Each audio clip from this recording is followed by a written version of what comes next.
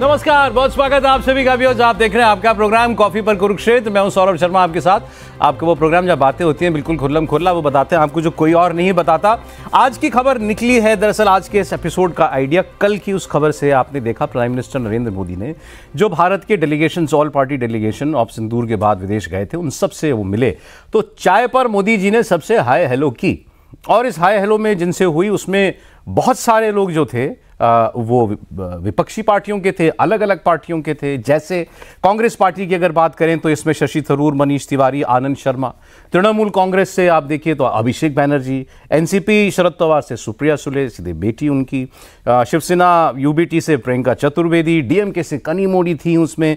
तो बड़े heavy weight opposition leaders इस डेलीगेशन में भेजे गए थे। और कल भी आपने तस्वीरें वो देखी होंगी, प्राइम मिनिस्टर इनसे बड़ी फ्रीली मिल रहे हैं, बात कर रहे हैं, उनके एक्सपीरियंस जो हैं वो जान रहे हैं। यहां से आइडिया आज के प्रोग्राम का ये है कि एक लीडर का काम क्या होता है। लीडर का काम होता है डायरेक्शन देना, दूसरा अपने लोगों से काम लेना, जो भी उसके पास अवेलेबल मैन रिसोर्स है उससे उसका अच्छे से अच्छा उपयोग करना। यह लीडर की सबसे खास पहचान होती है। और अगर उसको टैलेंट की जरूरत पड़े और वो कहीं भी हो तो उस टैलेंट को अडॉप्ट करना। इस काम में नरेंद्र मोदी का जवाब नहीं। इसके कई उदाहरण दिए जा सकते हैं, उस पर हम बात करेंगे। और ठीक कॉन्ट्रास्ट इसका कीजिए राहुल गांधी के साथ। अगर हम बात करें राहुल गांधी की पार्टी में क्या टैलेंटेड लोग नहीं थे या नहीं है? बिल्कुल है। क्या राहुल गांधी उनका उपयोग कर रहे हैं?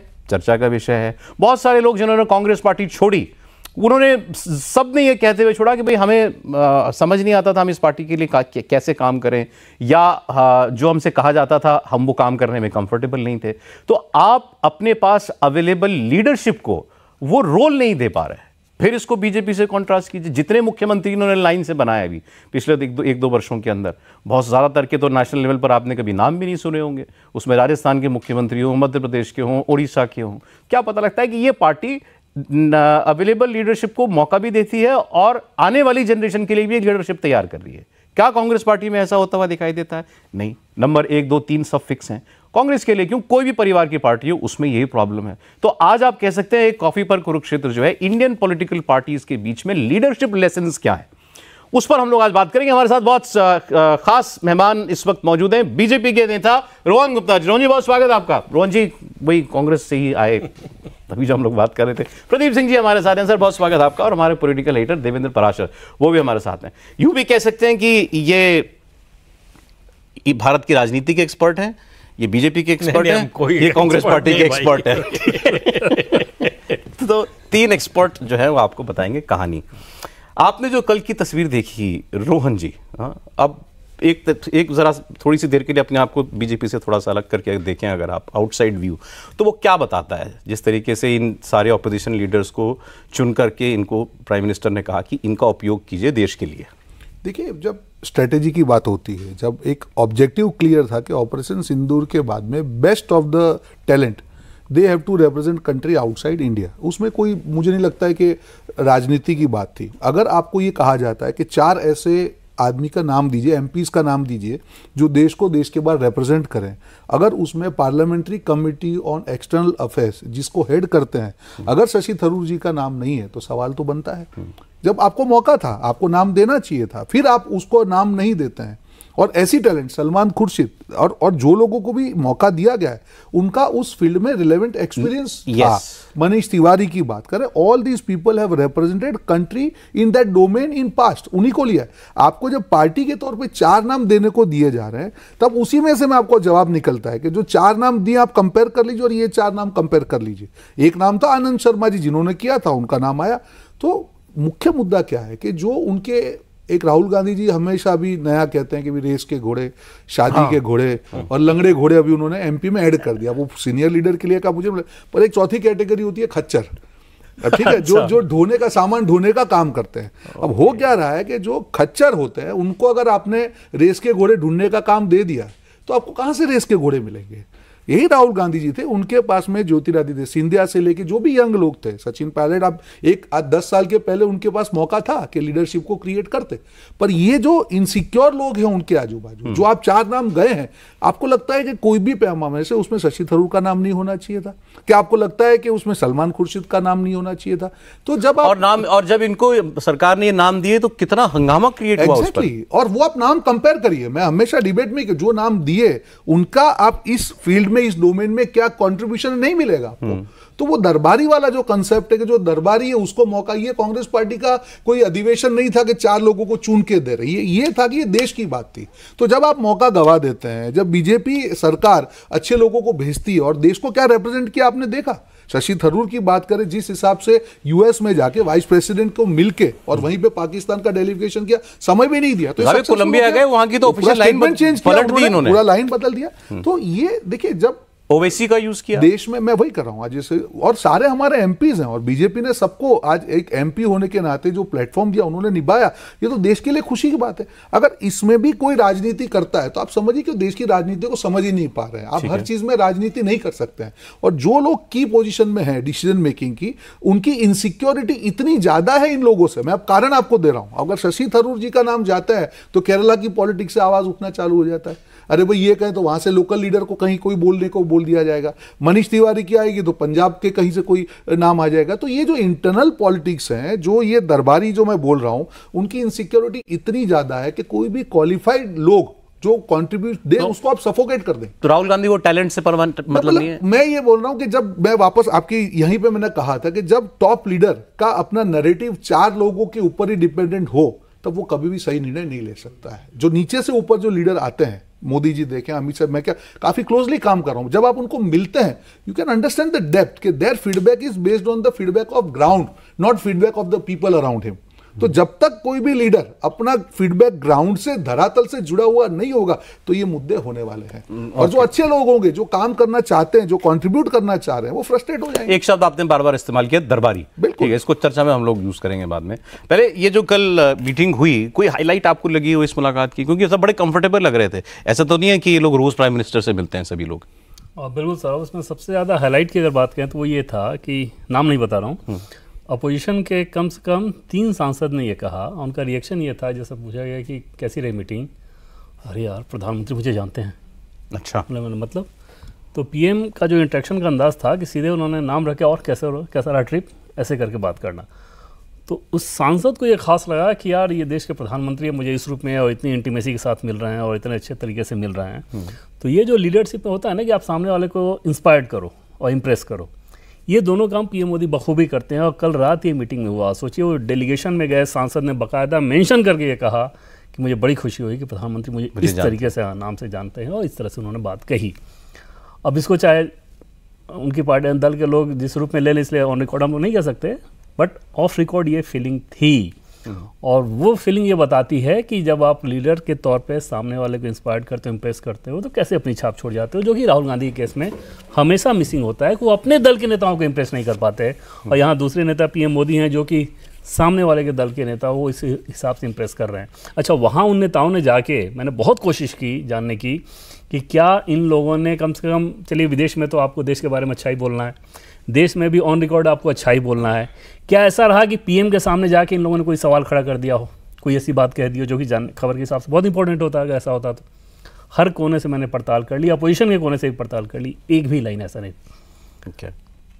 मतलब वो सांसद ये फील कर रहे थे कि जो हम कह रहे हैं, जो बोल रहे हैं, वो हमारी अंतरात्मा भी उसको स्वीकार रही है। और जो सिलेक्शन की आप बात कर रहे थे सौरभ, जैसे कनीमोझी का वहाँ जाना, और आपको भी पता है ना कि जैसे फॉरेन में आप जा रहे हैं तो जो पाकिस्तान का इकोसिस्टम है वो भी जर्नलिस्ट को ऐसी चीज़ें लगाएगी, ऐसे सवाल पूछवाएगा प्रेस कॉन्फ्रेंस में, प्रेस कॉन्फ्रेंस ओपन होता है, या जो विदेश के जर्नलिस्ट है वो ऐसे सवाल पूछेंगे कनीमोझी को लेके 3 लैंग्वेज फार्मूला, जहां आपकी अपनी पॉलिटिकल बात सामने आ जाए, वो कलर सामने आ जाए। लैंग्वेज को लेके कनीमोझी से सवाल आया था, मुस्लिम को लेकर ओवैसी से आ रहा है। तो ये चीज़ें तो लगातार हो रही थी और उस हिसाब से अपने एक बड़ी सोची समझी रणनीति के तहत ये डेलीगेशन भेजा कि भारत एकजुटता के तौर पे नजर आए। अच्छा, ठीक है। मैं फिर कह रहा हूँ कि ये प्रोग्राम ज़्यादा जो है, आप लीडरशिप पॉलिटिक्स के ऊपर हम लोग इसमें बात करेंगे। सर, टैलेंट की जब बीजेपी में बात आती है, जैसे अभी हम लोग ब्रेक से ये प्रोग्राम शुरू हुआ उससे पहले मैं पूछ रहा था कि ऐसे कौन से उदाहरण याद आते हैं जब प्राइम मिनिस्टर मोदी ने पार्टी में अगर ज़रूरत हुई किसी टैलेंट को इंडक्ट करने की, तो जैसे लैटरल एंट्री होती है सिविल सर्विसेज के अंदर कि आप सीधे भर्ती कर लेते हैं, मान लीजिए सेक्रेटरी के लेवल पर या जॉइंट सेक्रेटरी के लेवल पर आपने भर्ती कर लिया, ऐसे क्या पार्टी में सीधे किसी को इंडक्ट किया? एक नाम आपके भी दिमाग में आया होगा, एस जयशंकर, IFS ऑफिसर थे, फॉरेन सेक्रेटरी थे, प्राइम मिनिस्टर काम किया मोदी जी के साथ, उनको लगा कि नहीं ये व्यक्ति जो है इनको मिनिस्टीरियल रोल में आना चाहिए, सीधे उनको वो जॉब ऑफर किया, वो सीधे मंत्री बन गए, अभी तक वो मंत्री हैं। ऐसे एक हरदीप पुरी खुद IFS ऑफिसर आए, वो आ गए थे, जनरल VK सिंह का नाम बता रहे थे आप। इन सब की एक्सपर्टीज का कोई यूज करना, ये नरेंद्र मोदी ने ये काम किया। अब इनमें से बहुत सारे ऐसे नाम हैं जिनकी ये चर्चाएं गाय बगाए चलती रहती हैं, स्पेकुलेशन की क्या कभी ये बीजेपी में जा सकते हैं। जैसे शशि थरूर को लेके बहुत बात होती है, मैंने तो मनीष तिवारी के बारे में भी सुना कि शायद पिछले लोकसभा इलेक्शन में कुछ बात चल रही थी, आई डोंट नो कितनी वो सच है। लेकिन मान लें कि आप अपनी पार्टी में असंतुष्ट हो, जो है दिखता है कि हैं, भाई राहुल गांधी ने इन लोगों का क्या यूज किया आज तक, शशि थरूर का या मनीष तिवारी का क्या उपयोग किया? आपने इनको लोकसभा में बोलने तक का नहीं मौका दिया, और तो कुछ और बात आप छोड़िए। तो अगर कल को उनको ये बीजेपी से कुछ ऑफर आए, क्या पता क्यों नहीं सोचेंगे लोग? नहीं, आपको कई साल पुरानी एक बात बताता हूँ। जब नॉर्थ ईस्ट में एक्सपेंशन शुरू किया, हेमंत बिस्वा शर्मा को लिया पार्टी ने, उसके बाद एक नाम लेते हैं पेमा खांडू। मुख्यमंत्री बनाने से पहले पूरा एक डेलीगेशन आया था नॉर्थ ईस्ट के ऐसे नेताओं का जो कांग्रेस से या किसी रीजनल पार्टी में थे और बीजेपी में आए। उन लोगों को विश्वास ही नहीं हो रहा था कि ऐसे भी पार्टी चलती है। उनका एक साल 2 साल कोशिश करते रहते थे, सोनिया गांधी और राहुल गांधी से मुलाकात नहीं होती थी। यहाँ प्राइम मिनिस्टर और उस समय कांग्रेस अध्यक्ष थे, बीजेपी अध्यक्ष थे अमित शाह, बोले 45 मिनट 50 मिनट ऐसे बात कर रहे हैं जैसे हम लोगों से बहुत पुराने संबंध हो, और इतनी फ्रीक्वेंटली और इतनी आसानी से मुलाकात, ये हम लोगों की कल्पना के बाहर है। तो उनका आखिरी वाक्य था कि हम लोग अभी तक क्यों नहीं आए बीजेपी में। अच्छा, हाँ, क्यों बाहर रहे? तो ये देखिए, कम्युनिकेशन बहुत बड़ी चीज़ होती है, और कम्युनिकेशन में भी जब आप अपने सामने वाले को, जिसके मन में तमाम तरह की आशंकाएं हैं, मैं पार्टी छोड़कर आया हूं अपनी, यही सवाल पूछ सकते हैं कि उस पार्टी के नहीं हुए तो हमारे क्या होंगे। तमाम तरह के सवाल उठा सकते हैं, किस काम आएंगे, क्या कर सकते हैं, लेकिन आपको एकदम से कंफर्टेबल फील करा देना कि ये आप ही का घर है, आप बाहरी नहीं हैं, अब आप इसी घर के सदस्य हैं। एक चीज़ ये होती है। दूसरा, पुरानी कहावत है कि सेकंड रेटर्स हमेशा जो है थर्ड रेटर्स को सेलेक्ट करते हैं। वो हो रहा है कांग्रेस पार्टी में। जब लीडर में कॉन्फिडेंस नहीं होगा, और ये आपको जीवन के हर फील्ड में मिलेगा, आप राजनीति ले लीजिए, समाज को ले लीजिए, आप जर्नलिज्म को ले लीजिए, कोई भी कॉर्पोरेट को ले लीजिए, हर जगह इनसिक्योरिटी जो लीडर की होती है वो नीचे तक असर करती है, और सिक्योर लीडर जो होता है वो ग्रोथ को जो है बढ़ावा देता है, वो नए टैलेंट को बढ़ावा देता है। उसको ये चिंता नहीं होती कि हमसे आगे निकल जाएगा या हमसे योग्य है। उसको लगता है कि अगर योग्य है तो ये हमारी इज्जत बढ़ाएगा, हमारा सम्मान बढ़ाएगा। लेकिन जो इनसिक्योर है उसको लगता है कि ये हमारे लिए खतरा बन सकता है कल। तो मैंने 2-3 बार सुनाया है किस्सा, फिर से सुना देता हूँ बहुगुणा जी का। 74 में जब मुख्यमंत्री बने तो पहली प्रेस कॉन्फ्रेंस में प्रेस के लोगों ने पूछा कि कितने दिन रहेंगे बहुगुणा जी, क्योंकि मायावती पहली मुख्यमंत्री थी उत्तर प्रदेश की जिन्होंने अपना पूरा निर्वाचित कार्यकाल जो 5 साल का है पूरा किया, किसी कांग्रेस के मुख्यमंत्री ने नहीं किया। तो उनका ऐसा है, इंदिरा जी जब पौधा लगाती हैं तो सुबह फिर उखाड़ के देखते हैं कितनी जड़ पकड़ा। अच्छा तो आप समझ लीजिए कितने दिन रहेंगे। ठीक है। तो वो ये जब स्थिति हो, ये आपकी इनसिक्योरिटी से निकलती है। सर वो बात ठीक है, ये बात इनसिक्योर दूसरा जो जिस तरह के लोगों का चयन किया, अब आप उस पर भी ध्यान दीजिए। उनके बारे में कन्विंस थे कि जब देश की बात आएगी तो ये अपनी पार्टी का जो एजेंडा है या जो पार्टी का जो हित है उस पर देश के हित को तरजीह देंगे। नहीं वो ठीक, मैं राहुल गांधी की तरह से सोचने की कोशिश कर रहा हूँ, बहुत बड़ा काम कर रहा हूँ मैं कि मान ले भाई मुझे भी पार्टी चलानी है ना, मैं अपनी पार्टी का टॉप बॉस हूँ, तो मुझे क्या अच्छे लोग नहीं चाहिए पार्टी चलाने के लिए, अपनी पार्टी की बात कहने के लिए। शशि थरूर का ही एग्जाम्पल आपने बताया, वो फॉरेन अफेयर्स कमेटी के चेयरमैन हैं इस वक्त। मनीष तिवारी बहुत अच्छे वक्ता हैं, कितने मौके आए इस सरकार को घेरने के कांग्रेस पार्टी के पास, चाइना का मुद्दा कितनी बार उछाला उन्होंने, विदेश नीति का मुद्दा। क्यों नहीं आप यूज करोगे जो आपके पास अवेलेबल टैलेंट है? मतलब there has to be some reason. देखिए क्यों नहीं बढ़ाओगे उनको? मुख्य मुद्दा क्या है, जैसे इन्होंने कहा कि लीडर जब तक धरातल से रेगुलर कनेक्ट नहीं होगा, आप 2 घंटे में पॉलिटिक्स नहीं कर सकते हो। It is a 24/7 affair. आपका जो कम्युनिकेशन, सबसे बड़ी चीज है कम्युनिकेशन। ये जितने भी लीडर्स हैं, आज जिन्होंने आज अच्छा कर रहे हैं, जो बीजेपी में जाके भी अच्छा कर रहे हैं, जैसे आज आपने कहा बहुत अच्छी चीज कही कि एडेप्टेबिलिटी।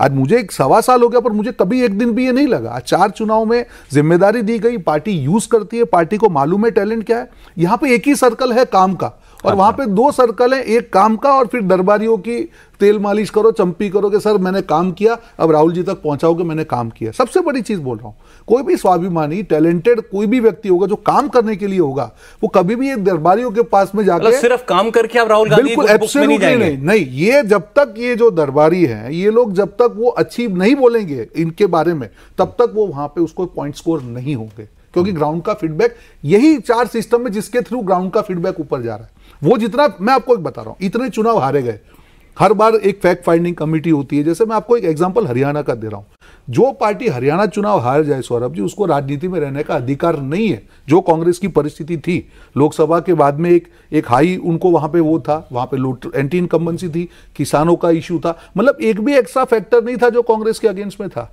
अब वो चुनाव हार जाते हो, फैक्ट फाइंडिंग कमेटी हुई, सारे वहां के सेंट्रल के लीडर वहां पे लोकल है, मुझे आज तक बताइए क्या एक्शन लिया गया? आज तक वहां पे लीडर ऑफ ऑपोजिशन अपॉइंट नहीं हुआ है। सही बात आप कहां से जवाब देंगे? जब मैं एक बहुत बड़ा एग्जांपल दे रहा हूं, क्योंकि उस चुनाव ने पूरा नैरेटिव देश का बदल दिया आने वाले दिनों में। तो जब ऐसे में, क्योंकि आपका फीडबैक ही उन्हीं के थ्रू आता है, जब तक मैं उनको खुश नहीं करूंगा मैं आगे नहीं बढ़ूंगा। और जो स्वाभिमानी लोग हैं, जो काम कर दिया अपना अच्छा, पर आपका क्या वापस ये काम है कि उनके पास जाके अपना मार्केटिंग करें? की क्या क्वालिफिकेशन है जिनके थ्रू सब चीज जानी है राहुल गांधी के पास? उनकी एक ही क्वालिफिकेशन है कि उन्होंने पर्सनली कहीं ना कहीं उनके टॉप के लीडर को कन्विंस किया हुआ है कि दे आर द बेस्ट, और कोई क्वालिफिकेशन नहीं। वो इमोशनली किया, वो कैसे, मुझे उसका प्रोसेस नहीं मालूम है, जड़ी बूटी भी मालूम नहीं है, बट वो एक fact of the matter is कि नॉन परफॉर्मिंग एसेट, जो बैंकिंग भाषा में कहते हैं, वही लोग जब डिसीजन मेकर होंगे, तो कहां से आपको ग्राउंड का? मैं आपको और एक एग्जांपल, मैं ऑपरेशन सिंदूर की बात कर रहा हूं। सर्जिकल स्ट्राइक का मुद्दा था, तब भी यही कांग्रेस पार्टी ने गलती की थी, जो पब्लिक नैरेटिव के खिलाफ जाने का। आज इस बार भी एक मैच्योर ऑपोजिशन की तरह करते तो जो देश में मजाक उड़ रहा है वो नहीं उड़ता। मुझे बताइए, कोई भी लीडर क्या देश के फॉरेन मिनिस्टर को ये क्वेश्चन करेगा at the beginning of the, अगर आपको मीनिंग नहीं समझ में आया, कोई भी बच्चा भी क्या ये कहेगा कि आपने पाकिस्तान को बोल दिया? आप फॉरेन मिनिस्टर हैं देश के, उसके खिलाफ आप बचकाना आक्षेप करेंगे, देश नहीं स्वीकार करेगा। तो बचकाना ही था। किसने ये कहा उनको कि ये आप सोचिए, अब जरा, मतलब क्लिप को काट के इमीडिएटली आप रुक सकते थे, आप उसको पूछ सकते थे, मतलब इस नैरेटिव को उसका प्रवक्ता भी कैसे डिफेंड करेगा? कोई एक स्टाइल तो बताइए, कौन ये एडवाइस किसकी हो सकती है? आप सोचिए जरा, मतलब ये समझने की बात है कि एक सीनियर लीडर, पता लगा क्या किसने कहा? नहीं, वो मुझे इतना मालूम है कि 4 में से एक है, अब वो कौन गया वो मुझे नहीं मालूम है, बट वो 4 में से 4 बता दीजिए कौन है। नहीं, वो प्लीज आप मेरे को कृपा, आप सब जानते हैं। आप ये क्वेश्चन जो है ना, अभी देखिए आप इनको, आप भले आपने इनको बीजेपी का एक्सपर्ट किया, पर ये 4 नाम तो सब जानते हैं। नहीं तो ये बता देंगे, और उनके लिए सब प्रेयर करते हैं कि इनको कुछ नहीं होना। 3 टीवी पे दिख जाते हैं, 1 टीवी पे नहीं दिखते। ये देखो, ये टीवी पे 3 दिखते हैं, 2 तो दिमाग में आ रहे हैं।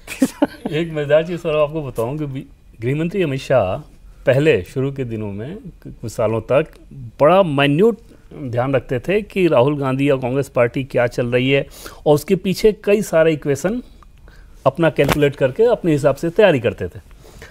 और बार बार उनको ये अनुभव हुआ कि यार मैं खामखा इतना सोच रहा था, इनकी तो राजनीतिक समझ उस रूप में कुछ है ही नहीं। तो अब जो हमें समझ में आता है उसमें बताया जाता है कि अब उन्होंने ये काम बिल्कुल छोड़ दिया है, और जो संसदीय कार्य मंत्री वगैरह जो लोग हैं, ये इनकी जिम्मेदारी है, तुम लोग अपना देख लो वेरी सीरियसली नाउ। नहीं, और वो इसके पीछे वजह ये बोले कि जनता के मूड, जनता का जो मूड होता है, इनकी जो रणनीति होती है, उसमें एक जबरदस्त डिस्कनेक्ट है। क्योंकि इन लोगों का बीजेपी का कनेक्ट रहता है तो वो उसके हिसाब से स्ट्रेटजी सोचते थे कि अगर ऐसा कर रहे हैं तो इसके पीछे क्या मंशा हो सकती है। उदाहरण के तौर पे जैसे देखें कि जब शशि थरूर वहाँ पे गए और उन्होंने बोलना शुरू किया, कांग्रेस पार्टी का जो रिएक्शन था, बीजेपी के बहुत बड़े नेता ने कहा कि इतनी समझ भी इनको नहीं है कि अगर बीजेपी के हिसाब से सोचिए तो हमें फ़ायदा तब था जब शशि थरूर वहाँ जाके हम पे सवाल खड़े करते, क्योंकि उसके सहारे हम कांग्रेस पार्टी को एक्सपोज करते कि देखो हमने तो मौका दिया इनको विदेश में जाने का और ये जाके वहाँ पे पॉलिटिक्स कर रहे हैं। तो पॉलिटिकली बीजेपी के लिए अच्छी स्थिति नहीं थी कि शशि थरूर वहाँ पे जाके इस तरह की बात कर रहे हैं।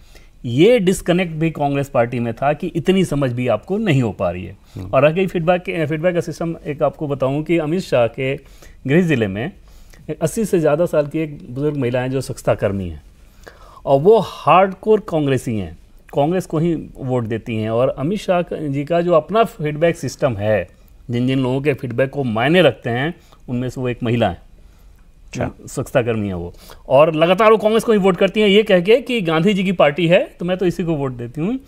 वो राहुल गांधी के मुंह पे जब मुझसे पूछा गया तो उनका ये कहना था कि इस व्यक्ति ने तो कांग्रेस का नाश ही कर दिया। अच्छा, मतलब जनता क्या समझ रही है और ऊपर क्या आप सोच रहे हैं, वो एक फीडबैक सिस्टम आप है ही नहीं। अब उन नेताओं का सोचिए, शशि थरूर, मनीष तिवारी, सलमान खुर्शीद, इन सबको कैसा लगा होगा कि हमें इतने बड़े अवसर के लिए देश में चुना गया, दूसरी पार्टी ने चुना जिसको हम कोसते हैं, उस व्यक्ति ने चुना जिसको हम रात दिन कोसते हैं। वो जाने दीजिए, एक छुट्टी ऐड करूंगा, आगे उनके लिए कितना मुश्किल सफर है। आप अगर वो कांग्रेस कार्यालय में जाएंगे तो जिस हिसाब से उनको देखा जाएगा, बिल्कुल आज जो उनके जो लोग भी इनके खिलाफ मीडिया के लोग बोले हैं, आज उनके लिए बहुत मुश्किल टाइम होने वाला है। It will be like they are aliens there. उसकी वजह है ना, क्योंकि जब ये बाहर विदेश में थे तो सही कह रहे हैं, रिपोर्टर्स ने बहुत कोशिश की, उनको राहुल गांधी के बयान बताए गए कि वो तो ऐसा कह रहे हैं, तो इन्होंने बिल्कुल भी राहुल गांधी के बयान को एंडोर्स नहीं किया, बिल्कुल उसको हवा दी। मैच्योरिटी से उन्होंने उसको हैंडल किया। नहीं, एक वाक्य में सब कुछ कह दिया सलमान खुर्शीद ने कि क्या देशभक्त होना इतना मुश्किल। ठीक बात है, बिल्कुल ठीक बात है। नहीं, और जैसे मतलब ये प्रॉब्लम और दलों को भी थी कि आपने अपने आप नाम दे दिया, हमसे नहीं पूछा, हमें कहते कि ये आदमी चाहिए, हम अपने आप दे देते। कांग्रेस पार्टी ने भी यही बात कही थी ना। वो कुछ हद तक मैं तो ठीक मानता हूं उस बात को कि आप जिस पार्टी का व्यक्ति भेजना चाहते हो उसको बताओ ना पहले। बिल्कुल नहीं, सर मैं एक उदाहरण दे रहा हूं इसमें। ममता बनर्जी को भी ये प्रॉब्लम थी, यूसुफ पठान का नाम दिया गया था पहले सरकार की तरफ से, उन्होंने मना किया, यूसुफ पठान ने नाम विड्रॉ किया, उसके बाद वो नाम दे देती है अपनी पार्टी का नंबर 2 कि अभिषेक बनर्जी जाएंगे। यहाँ मेजोरिटी ममता बनर्जी की दिखती है। ठीक है, मुझे एक पॉलिटिकल प्रॉब्लम थी आपसे, लेकिन मैंने फिर आपको उससे बेहतर और बड़ा नाम दिया। कांग्रेस भी कर सकती नहीं, हम इसलिए सिर्फ कह रहे हैं कि नहीं पूछना चाहिए था, क्योंकि आप एक टास्क असाइन कर रहे हैं, आपको मालूम है कि सबसे अच्छा कौन कर सकता है। आप अपने लिए मुश्किल नहीं पैदा करना चाहते, वहां जाके उनमें इतने 50 लोगों में से 2 लोग वहां जाके उल्टा बोल देते। नहीं, फाइनल से तो गवर्नमेंट का ही होता सर, लेकिन पार्टी को किसी को बताया जा सकता है भाई मैं आपके यहाँ से इस आदमी को भेजना चाहता हूं। उसमें फिर समस्या आती है ना कि वो नाम दें, आप रिजेक्ट करते रहें। जो कांग्रेस के साथ हुआ वो बाकी सबके साथ होता। वो तो ममता बनर्जी ने भी विड्रॉ करा ही लिया ना, ये लोग भी विड्रॉ मतलब। लेकिन ऐसे कितने मामले हुए? हाँ, नहीं, इसमें तो दाद देनी चाहिए। शशि थरूर और वगैरह मनीष तिवारी सब जान गए होंगे कि भाई हमारी पार्टी नहीं चाहती हम जाएं, बिल्कुल, लेकिन फिर भी वो गए। देखिए, देश की बात थी, उन्होंने देश को, मैं वही बोल रहा हूं कि आगे उनके लिए बहुत डिफिकल्ट सिचुएशन होगा। और दूसरा देखिए सौरभ, आपने कहा ये पॉलिटिकल प्रोग्राम के लिए नहीं जा रहे थे। प्लीज समझिए, कोई भी पार्टी को अगर उन्होंने इसको पॉलिटिकली नहीं लिया होता तो जो 4 लोग भाजपा सरकार ने भेजे हैं वही 4 नाम आते।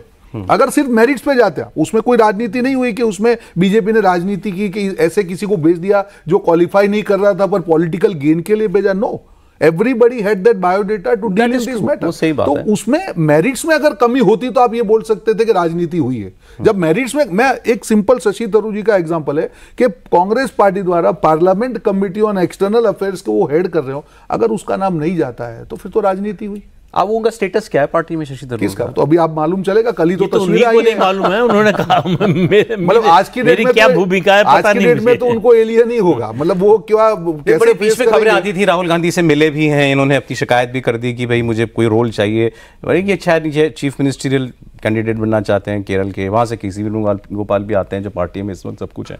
तो ये थ्योरी चल रही है। बीजेपी में आने को लेकर कुछ बातचीत है क्या इनकी? नहीं, अभी उस पर कोई ऐसी बातचीत नहीं है, लेकिन बीजेपी को कोई समस्या नहीं होगी होगी, समस्या शशि थरूर को होगी ज़रूर कि भाई अगर आपको वहाँ लोकसभा चुनाव भी तो जीतना है, तो लोकसभा चुनाव आप बीजेपी के साथ केरल में अगर जाएं तो वो एक मुसीबत वाली बात है और निश्चित तौर पर वो नहीं चाहेंगे। और मैं नहीं मानता हूँ कि कोई ऐसा अवसरवादी नहीं है, इसके पीछे कोई गेम हुआ है, अभी तक तो ऐसा नहीं। आएंगे नहीं आएंगे मालूम नहीं, पर धक्का रोज मारा जाएगा अब उनको। मतलब उनके पास ऑप्शन ही नहीं बचेगा, धक्का तो रोज लगेगा उनको। ये चारों लोग जो गए हैं हर रोज धक्का लगेगा पॉलिटिकली उनको। मनीष तिवारी पिछले लोकसभा चुनाव में ऑलमोस्ट तय था, सीट को लेकर समस्या थी जिसके चलते जो हमें सोर्सेज से जानकारी मिली है, चंडीगढ़ लड़ना चाहते थे। हाँ, इनकी जो चॉइस थी और बीजेपी वो सीट नहीं देना चाह रही थी, वहीं पे सीट बात अटकी थी। ऐसा सोर्सेज के द्वारा जानकारी, ऐसा ना हो कि मनीष तिवारी जी ये कहें कि भाई हमने तो रिकॉर्ड पे कभी कहा ही नहीं, लेकिन हमें बीजेपी कॉरिडोर से जो जानकारी मिल रही थी उसके हिसाब से एकदम सेम पेज पे मामला था। अच्छा, दूसरा इसमें और अगर आप नाम देखें, बड़ा इंटरेस्टिंग नाम है प्रियंका चतुर्वेदी। इन्होंने बड़ा अच्छा किया। अच्छा, ये भी कांग्रेस से ही गई हुई हैं, अभी शिवसेना यूबीटी में जो गई हैं, उनको राज्यसभा भी भेजा उन्होंने। अब सुनते तो हम इनके बारे में भी हैं, मे बी इनका बीजेपी में जो है बेटर उपयोग हो, इनको ऐसा लगे। कोई चर्चा अभी इस बात का इंडिकेशन कोई ऐसा नहीं है कि इनको लेके या इनके टैलेंट। इनफैक्ट बीजेपी के कुछ नेताओं ने मुझे ये कहा कि कांग्रेस पार्टी से शिवसेना में उनका जाना उनके लिए अच्छा रहा, क्योंकि कांग्रेस में उनका कुछ नहीं होता। और अच्छा, प्रियंका चतुर्वेदी क्या मांग रही थी? मथुरा से लोकसभा का टिकट। अब आप सोचिए कि पिछले लोकसभा चुनाव में कांग्रेस पार्टी को ऐसी क्या समस्या थी कि मथुरा में आप प्रियंका चतुर्वेदी को लोकसभा का उनका घर है वहाँ, इसलिए मांगे, मतलब उनके फैमिली वहाँ से आती है। उसमें कौन सा ऐसा तुम्हारे लिए आफत वाली बात थी? यही सब रेस के घोड़े थे। अरे ये स्टार थे आपके, मतलब प्रियंका चतुर्वेदी हो, आप खुद हो, हम लोगों ने, ये लोग मतलब कांग्रेस पार्टी का पक्ष जिस तरीके से रखा करते थे। दो चीजें समझे कि हम जब पब्लिक लाइफ में होते हैं, जब लोग परफॉर्म कर सकते हैं, अगर उनको आप घोंट देंगे और आप ये कर देंगे कि आप वो दरबारियों की लाइन में खड़े कर देंगे, आप उनको जाके पांव छुइए फिर, तो नहीं कर सकते। एक लिमिट होता है, तब तक आप करेंगे, नहीं कर पाएंगे। There is a limit, it is a question of self respect. अब मैं आपको एग्जांपल दे रहा हूं कि ये जो 4 MP गए हैं, आज उनकी जो हालत होगी, अब वो जाके उनको जो सवाल पूछे जाएंगे वो नहीं, कोई भी किसी का भी सेल्फ रिस्पेक्ट होगा, आप उसको नहीं करेंगे। जब सेल्फ रिस्पेक्ट पे वार होगा फिर आप बोलेंगे आपने पार्टी नहीं कर सकते। आप रोज धक्का मारोगे, रोज सेल्फ रिस्पेक्ट पे वार करोगे, क्या देश के लिए अच्छा बोलना कांग्रेस के लिए बुरा बोलना हो गया? ये हो गया। If you are speaking good for the country, it means you are speaking bad for the Congress. ये कोरिलेशन हो गया। नहीं तो आप जो इनके जो मीडिया के प्रभारी, मैं उनका नाम नहीं लेता हूं, पर जिनके नाम में राम है, जो दरबारी है, उन्होंने कहा आतंकवादी। आप सोचिए माइंडसेट देखिए, छोटी गलती नहीं थी।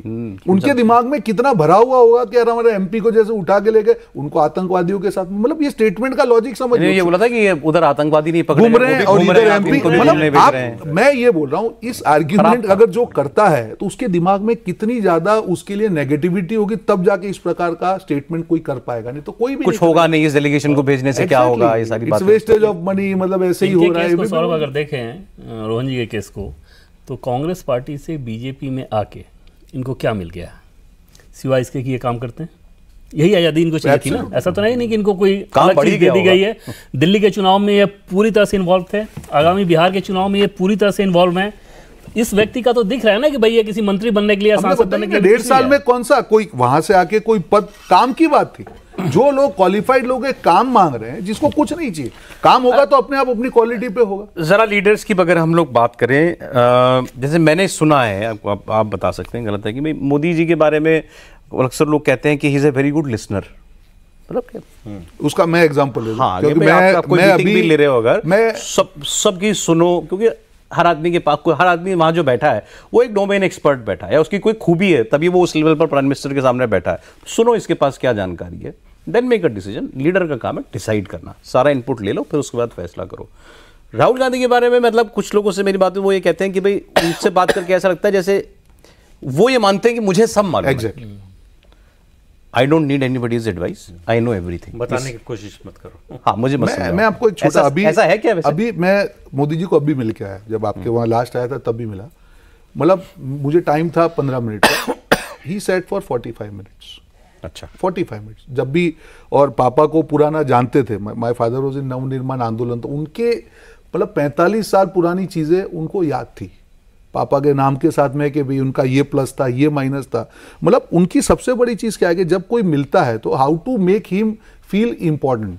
अब होता है कि लिसनिंग, जैसे मैंने मेरी बात की कि सर ये इतने इलेक्शन हैंडल किया, और उनको हर चीज़ की इंफॉर्मेशन थी कि हमने हरियाणा में क्या किया, झारखंड में क्या किया, बिहार में क्या हो रहा है, गुजरात में क्या हो रहा है। तो बड़े लीडर की चीज क्या होती है कि one, he is well inform, number two, he knows कि अगर रोहन गुप्ता उनको मिलने आ रहा है तो उसके रेलेवेंट कौन से टॉपिक है कि जिस पे डिस्कशन होगा, तो he himself prepares for each and every meeting. It is not a casual meeting. मैं कभी भी व्यक्तिगत टिप्पणी में नहीं पढ़ता हूं, उनके साथ भी मैंने राहुल जी के साथ भी काम किया, बट जब मीटिंग की तैयारी होती है, किसी के साथ भी आप मिलते हो तो उसका कुछ पर्पस होना चाहिए। It should not be a formality meeting कि भाई अगर आपका स्पान, अटेंशन स्पान नहीं है, अगर सामने वाले को ये नहीं होगा कि मैं मिलने आया हूं, आपको जैसे इसका कॉन्ट्रास्ट राहुल गांधी से जब अगर मैं वही बोल रहा हूं कि भाई एक अटेंशन स्पान की बात होती है कि भाई आप मिलते हैं, कुछ चीजें लेके जाते हैं, तो his attention is not there, he is suppose involve somewhere air, कोई बीच में आ गया, ये आ गया। और यहाँ पे मोदी जी का उस दिन करीब उनकी 3 इंपॉर्टेंट मीटिंग थी। मेरी एक थी 45 मिनट्स ही स्पेंड, मैं मतलब हमारे किड्स भी आए थे साथ में, सबके बारे में पहले इंफॉर्मेशन कि क्या करते हैं, उनके साथ डायलॉग करना। तो मतलब उनके लिए तो ऐसा था कि भाई हम क्या हो गया। तो इन्वॉल्वमेंट जो है लीडर का मीटिंग के पहले, ये मैं बहुत बड़ी बात कर रहा हूं। नहीं, बिल्कुल ठीक कह रहे हैं, किसी भी मीटिंग से पहले why he is come and what he is going to discuss. Sir, इसका कोई और इंडियन पॉलिटिक्स में कोई अच्छा नतीजा निकल सकता है इस हवाले से कि ऑपोजिशन लीडर्स के साथ कुछ बातचीत शुरू हो सरकार की या बीजेपी की? जैसे इसमें अभिषेक बनर्जी टीएमसी से थे, कनिमोड़ी थी, सुप्रिया सुले थी, तो मतलब ये बड़े अपनी पार्टियों के बड़े चेहरे हैं। और इस वक्त इसमें तो कोई छुपी बात नहीं है कि ऑपोजिशन और सत्ता पक्ष के बीच में कोई संवाद जैसी स्थिति तो नहीं है। वो बेहतर हो सकती है क्या इसके बाद? नहीं, जिसको कहते हैं बर्फ पिघलना, वो ऐसा नहीं है कि सब कुछ बदल जाएगा। लेकिन अब ये जो लोग गए थे और जो लोग कल मिले हैं, इनके लिए पहले की तरह उसी तरह से व्यक्तिगत हमला करना प्रधानमंत्री पर मुश्किल होगा। बोलने से पहले हिचक होगी, पार्टी मजबूर करेगी तो हो सकता है बोल दें, लेकिन उस तरह से बोल नहीं पाएंगे, क्योंकि वो जो इम्प्रेशन लेके आए हैं और कल की मीटिंग के बाद उनका इम्प्रेशन जो बना होगा, उसके बाद उनको ये तो समझ में आ गया होगा कि इस व्यक्ति से कम्युनिकेट कर सकते हैं। और ये बहुत से लोगों का उदाहरण है। एक आईएएस अधिकारी थे, कोल सेक्रेटरी थे, घोर विरोधी मोदी के सरकार में रहते हुए, इसी सरकार की बात कर रहा हूं कि किसी मामले क्या, ये जो आयुष्मान भारत योजना है उसको लेकर बड़ा नाराज थे। तो मीटिंग में कहा प्राइम मिनिस्टर ने कि बोलिए आप, तो उनको लगा कि हमारी बात तो सुनेंगे नहीं, 1-2 मिनट में डिसमिस कर देंगे। बोले लगभग 50-52 मिनट में बोलता रहा, सुनते रहे, नोट्स लेते रहे। क्या बात है। आर्टिकल लिखा उन्होंने उसके बाद कि मैं विरोधी हूं मोदी का आज भी, लेकिन कोई प्राइम मिनिस्टर अपने विरोधी विचार को सुनने के लिए इतना समय दे सकता है, इसकी मुझे कल्पना नहीं थी। तो इससे क्या है, ये बात कम्युनिकेट होती है और उसका असर लोगों पर सबसे बड़ा ये पड़ता है कि जो संकोच कर रहा था कि बोले नहीं बोले, बोल देंगे तो किस तरह से रिएक्ट करेंगे, ये बात इनको पसंद नहीं आएगी, वो भी हिम्मत करता है कि जो बात पसंद नहीं आएगी वो भी बोले, कि बात सुनी तो जाएगी, मानी जाएगी कि नहीं ये अलग बात है, लेकिन बात सुनी जाएगी। और ये बहुत बड़ी चीज होती है अगर कोई बड़ा नेता या किसी भी संगठन का जो मुखिया है, बिल्कुल, वो आपकी बात सुनने को तैयार हो, आपकी आधी शिकायत उसी वहीं खत्म हो जाए। हाँ, हमने चाहे वो पलट के कुछ बोले ना, हाँ, लेकिन हमारी सुन ली। हाँ, नहीं, हमको लगता है कि हमने सुना दिया जो सुनाना था, हम सुना क्या। पार्टी के सौरभ एक बहुत बड़ा नाम सांसद पार्लियामेंट की पुरानी वाली बिल्डिंग में, वो गए थे कच्छ, और वहाँ से उन्होंने कच्छ को देख के, जिस रन को वहाँ डेवलप किया गया है, तो उन्होंने एक चिट्ठी लिख दी थी पीएम को। 3-4 महीने बाद वो पार्लियामेंट में हाउस से पीएम निकल रहे थे, तो सारे सांसदों को भी रोक दिया गया था, रोक ही दिया जाता है सिक्योरिटी को लेकर। अचानक से पीएम ने उनको देखा, उनका नाम लेके बुलाया और उसके बाद हाथ पकड़ते हुए अपने ऑफिस तक उनसे बातचीत करते हुए गए कि अच्छा देखा तुमने, क्या क्या अच्छा लगा, कैसे लगा। फिर पीएम बताने लगे कि मैंने कैसे बनाया। वहाँ से जब वो सांसद आए थे, और बहुत बड़ा नाम है कांग्रेस पार्टी का, चर्चित नाम एकदम, वहाँ के उन्होंने ये कहा कि पहला लाइन था कि अरे यार क्या कमाल का आदमी है, बताओ 4 महीने पहले मैंने चिट्ठी लिखी और इस व्यक्ति ने न सिर्फ पढ़ा बल्कि उनको याद था, और अचानक देख के हमको ये बात है। तो ऐसे लीडर इंप्रेस करता है सामने वाले को। देवेंद्र जी, आप ये एनोनिमस पे नहीं चल सकते? एक नेता बहुत बड़ा बड़ा नाम नाम ऐसे ये आपसे अपेक्षित नहीं उस है। नेता के लिए दिक्कत हो जाएगी फिर तो। ये जिम्मेदारी से बात कर रहे हैं, उनकी बोलना भी है पर उसको डैमेज नहीं करना है। तो ये तो खैर ये कुछ सबक है ये। अच्छा, ये हर जो आज यहाँ बातें हुई हैं सारे हमारे अनुभवी साथियों ने, ये सारी स्किल्स जो हैं किसी भी लीडर के काम आ सकती हैं, चाहे वो किसी भी क्षेत्र में काम कर रहा हो। जाते जाते एक छोटा सा उदाहरण मैं आपको अपनी कंपनी का यहाँ का देता हूँ। कुछ समय पहले जो है कुछ और मीडिया हाउसेस से छटनी हो रही थी, लोगों को कहा जा रहा था जाने के लिए। इंडिया टीवी की रेपुटेशन है कि यहाँ कभी ऐसा नहीं होता, कभी नहीं हुआ। तो ये बात हो रही थी, चर्चा में थी। रजत जी से हम लोग एक बार मिले तो मुझे एक बात इसलिए याद आ गई क्योंकि हमने लीडरशिप स्किल्स की बात की, तो कहा कि वो फलानी जगह पे तो इतने लोग निकाल रहे हैं, वहाँ इतने लोग निकाल रहे हैं। हम डर ये था कि हमारे यहाँ तो नहीं होगा। उनका जवाब इसलिए याद है कि उन्होंने कहा कि देखो ये सबसे अच्छा मौका है कि इनमें बहुत सारे टैलेंट होंगे, तो इसमें से देखो कि काम का आदमी कौन है। जहां पर आपकी इंडस्ट्री जो है वो डाउन साइजिंग में जा रही थी, यहां विचार ये हो रहा था कि इसमें टैलेंट निकालो, बहुत बड़ी चीज उसको रखो। देखिए, तो ये सबसे बड़ा सिर्फ सोच का अंतर है। लीडर जो होता है अपनी टीम को कभी इसी इनसिक्योर तरह नहीं रहने संस्थाएं देता। बनती हैं। कभी लीडर अपने जो भी संस्था के लोगों को उसको इनसिक्योर नहीं रखता है। ही गिव्स देम अश्योरेंस कि आप परफॉर्म करो, मैं साथ में हूं। अभी उन्होंने कहा नाम ले लिया हो तो दरबारी लग गए हो तो उनके पीछे, तो वो दरबारी से डर रहे थे। बहुत शुक्रिया सर, आज बहुत कुछ जानने को भी मिला, सीखने को भी मिला। बहुत शुक्रिया आप प्रोग्राम में आए हमारे। बहुत बहुत धन्यवाद रोहन जी आपका, प्रदीप जी बहुत शुक्रिया, देवेंद्र बहुत शुक्रिया आपका। आप देख रहे थे कॉफी पर कुरुक्षेत्र, कल फिर मुलाकात होगी आपसे।